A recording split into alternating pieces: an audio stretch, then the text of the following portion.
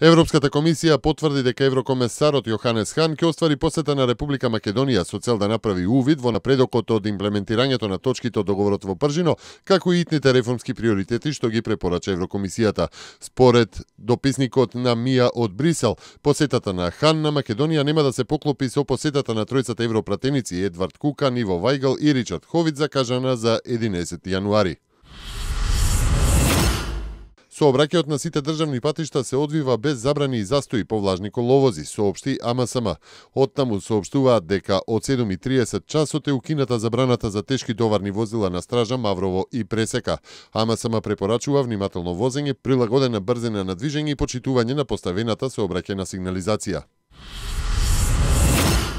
Екипите на зимската служба на град Скопје во текот на изминатото денонокие фалиле 280 тони сол за расчистување на снегот од градските улици и булевари. Екипите на комунална хигиена на терен го расчистуваат мразот од тротоарите, а водовод и канализација ги чистат шахтите и сливниците.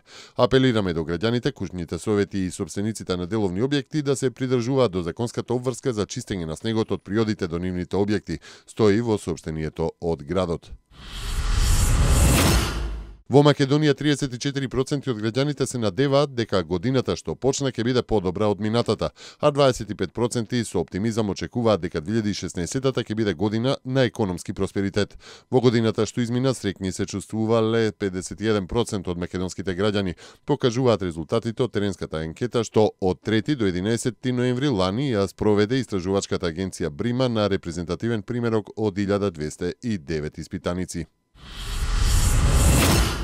Во текот на вчерашниот ден биле издадени потврди на вкупно 2120 странски државјани, од кои 912 се мажи, 409 се жени и 791 дете, кои го придржувале носителот на потврдата, како и уште 8 деца кои патувале без родител, а на кои им била издадена потврда за искажана намера за поднесување на барање за признавање право на азил. Во периодот од 1 до 3 јануари оваа година издадени се потврди на вкупно 7501 странски државјанин.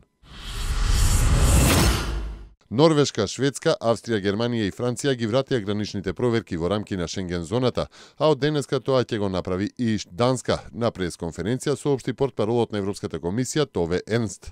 Таа појасни дека првите 5 посочени држави неодамна на Европската комисија и ги соопштиле своите намери и причини за ваквата постапка. Комисијата за сега нема потреба од дополнителни информации од нив за ова прашање. Комисијата го добила писмото од Копенхаген и сега и престои оценка на ставот. Ернст прецизира дека Данска има намера да врши проверка на границите до 14 јануари.